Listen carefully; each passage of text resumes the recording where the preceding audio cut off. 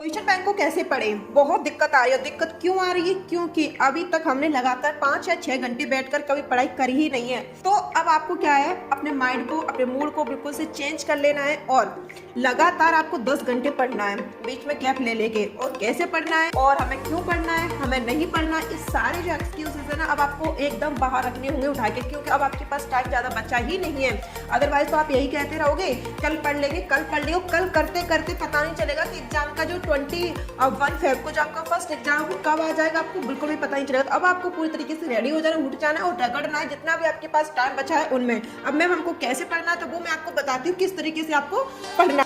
How to read question bank. देखो मैं आपको बताती हूँ, जैसे आपके सब्जेक्ट कितने हैं, math, English, science, SST, Hindi, ये आपके 5 सब्जेक्ट है। ठीक है, आपको यहाँ दिखाई दे रहे हैं, ये आपके 5 सब्जेक्ट है।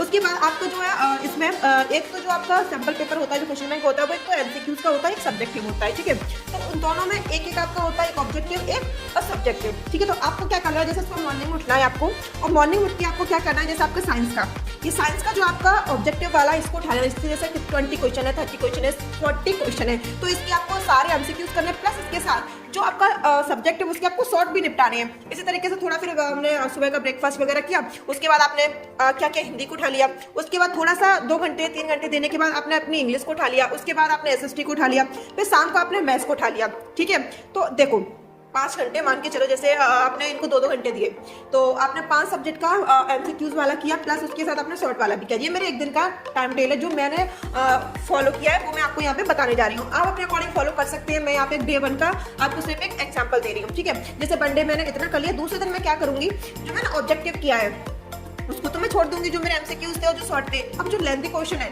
मैं उनको निपटाऊंगी 5 सब्जेक्ट के। वो कैसे, टाइम दूंगी 2-2 घंटे, 1-1 घंटा, जैसे भी मुझे सुटेबल लग रहा है, 10 मिनट का उनके बीच में गैप लूंगी। ठीक है, इन 5 जो सब्जेक्ट है मेरे, मैथ का, इंग्लिश का, साइंस का, एसएसटी का, हिंदी का, इनको सारे को सॉल्व करूंगी।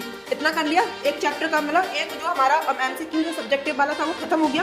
फिर इसी तरीके से मैं दूसरा उठा लेना है, इसी तरीके से मैं तीसरा उठा लेना है, फिर चौथा उठा। इस तरीके से हमारा पूरे वीक हमें फॉलो करना होगा। क्योंकि देखो थोड़े दिन आप जैसे एक दिन में आप जैसे कोई नई चीज़ स्टार्ट करते हैं तो थोड़ी बहुत दिक्कत सबको आती है, लेकिन 1-2 दिन में आप सब लोग क्या होता है, फैमिलियर हो जाते हो। उससे आप ना वीक आप बिल्कुल कंफर्टेबल हो जाओगे। 10 घंटे आप कंटिन्यू बैठ के पढ़ाई कर सकते हो। प्लस आपका जो डर है कि हम 85-90%, 100 और 100 किस तरीके से लेकर हम तो एवरेज रह जाएंगे, हम पास भी नहीं हो पाएंगे, ये डर भी खत्म हो जाएगा। क्योंकि जब आप पढ़ने बैठते हो, जब आप कुछ चीज़ों को जानने लगते हो, तो आपको कॉन्फिडेंस गेन हो जाता है। तो इस तरह चीज़ों से क्या होता है, आपका जो डर है वो भी खत्म हो जाता है। तो आज के लिए इतना ही, मिलते हैं फिर किसी न्यू वीडियो में। तो all the best for your fight.